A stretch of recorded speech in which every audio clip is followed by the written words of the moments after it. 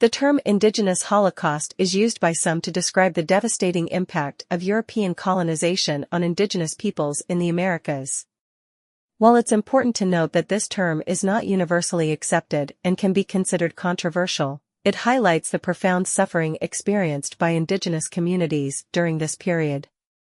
The arrival of Europeans in the Americas brought with it diseases such as smallpox, measles, and influenza, to which indigenous populations had no immunity. These epidemics resulted in the deaths of millions of indigenous people. Scholars estimate that the indigenous population in the Americas declined by as much as 90% in the centuries following European contact. It is estimated that European settlers killed as many as 56 million indigenous people over the course of 100 years in the Americas. Indigenous people were often subjected to forced labor and slavery on European-run plantations and in mines, leading to brutal conditions and high mortality rates.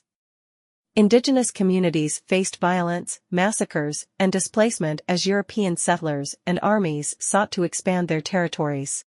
Indigenous lands were frequently confiscated or taken through deceptive treaties, leaving indigenous communities dispossessed and displaced from their ancestral territories. Indigenous languages, religions, and cultural practices were often suppressed or forcibly replaced with European customs and beliefs. Missionaries played a role in the conversion of indigenous peoples to Christianity. These missions sometimes resulted in the loss of indigenous traditions and autonomy. Many indigenous communities faced food shortages due to the disruption of their traditional hunting and farming practices by European settlers.